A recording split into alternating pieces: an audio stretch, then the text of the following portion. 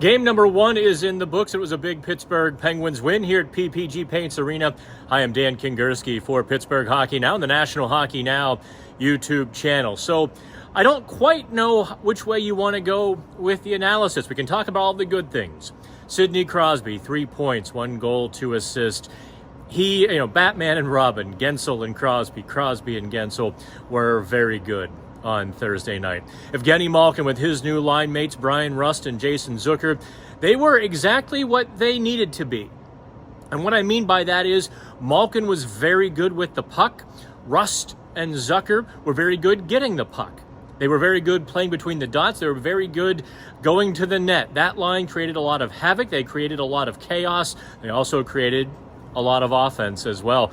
I think they outchanced. In fact, they did outchance Arizona 11-3.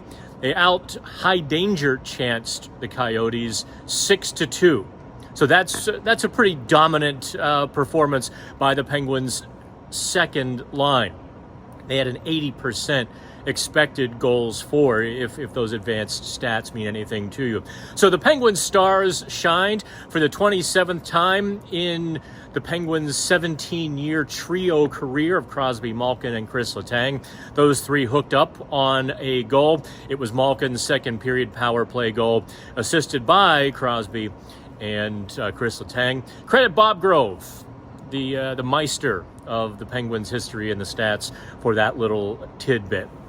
Now, the bad. As we kind of do this little 5-minute post-game here from PPG, I've got a few minutes to dive into the bad because, well, that's just what I do, right?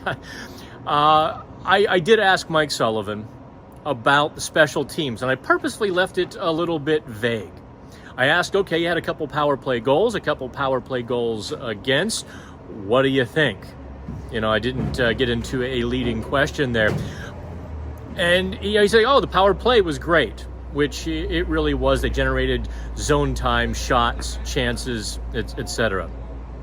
The penalty killing was spotty. You saw Arizona had some scrambly chances in the second period.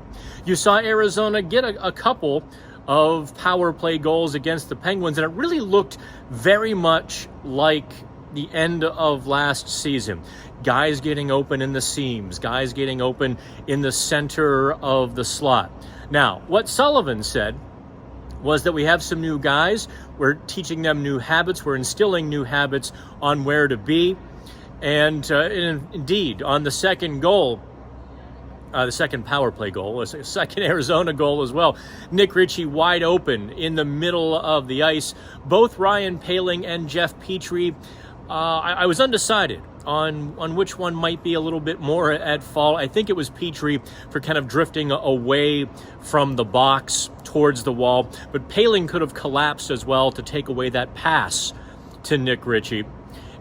Ritchie had all day. He could have made a sandwich, eaten it, and made another one. He had time to pull Tristan Jarry out of position, had time to deke him, and then finally finished it. But all's well that ends well. Things got chippy in the third period. Brian Rust scored a goal in traffic in the net, right in front of the net. And he really kind of went Hulk on Barrett Hayton, who earlier had bowled over Tristan Jarry. I think officials mistakenly gave Marcus Pettersson an interference call on that one.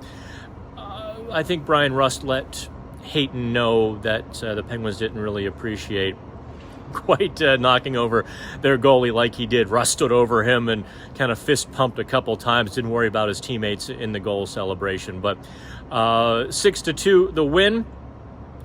Where the Penguins go from here, they've got a lot to build on. Jason Zucker playing very well. Evgeny Malkin playing very well. Those are things, and I'm going to fix the phone here just a little bit. Those are things that I think are going to build confidence, breed momentum here in the early season. Those two guys especially were two guys we were watching to see. I think P.O. Joseph, as you read the PHN Plus report card, I think P.O. could be a little better. He had a few bobbles, actually. And that can be concerning because I don't think he's got a lot of leeway.